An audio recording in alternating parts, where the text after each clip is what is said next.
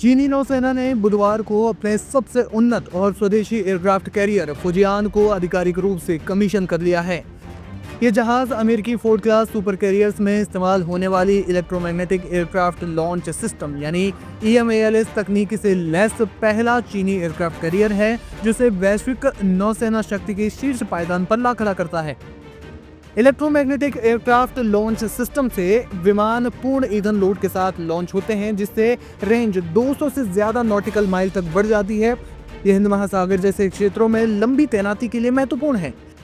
Experts का मानना है कि यह कमीशनिंग चीन की नौसेना को पश्चिमी प्रशांत महासागर में अमेरिका के साथ मुकाबला करने की क्षमता देता है, जहां यह अब 3 कैरियर्स के साथ एक मजबूत फ्लीट का हिस्सा बन गया है।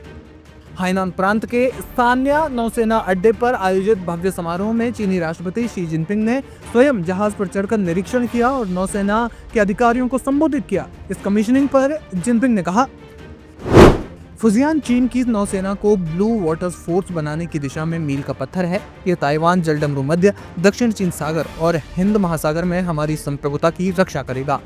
यह एयरक्राफ्ट कैरियर न सिर्फ अमेरिका बल्कि चीन के प्रतिद्वंदी देशों के लिए एक बड़ी चिंता का विषय माना जा रहा है, क्योंकि इससे चीनी नौसेना की ताकत कई गुना तक बढ़ गई है।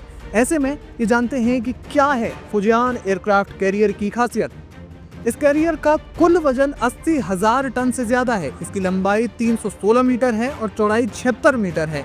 वहीं इसकी लैंडिंग क्षमता की बात की जाए तो ये एंगल डेक और अरेस्टिंग वायर है, यानी जब भी कोई फाइटर जेट किसी एयरक्राफ्ट कैरियर पर लैंड करता है तो वो किस तरीके से जो है उसे कंट्रोल करता है और किस तरीके से उस एयरक्राफ्ट कैरियर को लॉन्च करता है या उसे रोकता है, ये इसकी लैंडिंग तकनीकी की यहाँ पर बात हो रही है। आपको बता दें कि इसकी कुल क्षमता 50 से 60 विमानों को ले जाने की है, जिसमें तकरीबन 40 लड़ाकू विमान ये एक साथ कैरी भी कर सकता है और ऑपरेट भी कर सकता है।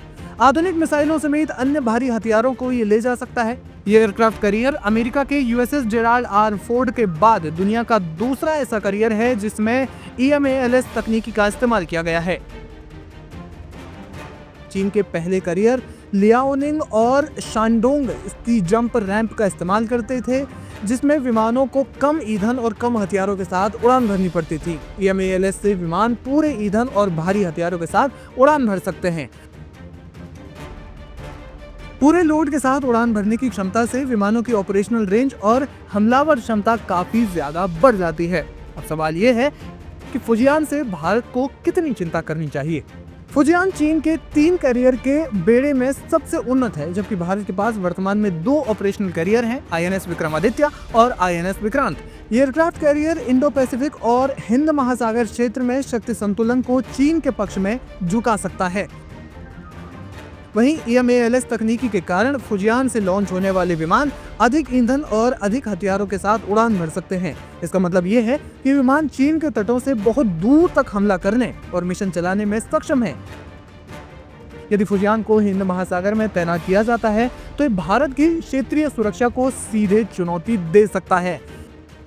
चीन अपनी स्ट्रिंग ऑफ पर्ल्स रणनीति के तहत हिंद महासागर के आसपास के देशों जैसे पाकिस्तान का ग्वादर, श्रीलंका का हम्बनटोटा पोर्ट में बंदरगाहों और सुविधाओं का विकास कर रहा है। फुजियान जैसे अत्याधुनिक कैरियर की संभावित तैनाती इस रणनीति को सैन्य मजबूती प्रदान करेगी, जिससे भारत पर दबाव बढ़ेगा। हालांकि भारत भी अपने तीसरे एयरक्राफ्ट कैरियर पर काम कर रहा है, लेकिन इसे कब कमीशन किया जाएगा इसके बारे में कोई आधिकारिक जानकारी नहीं है।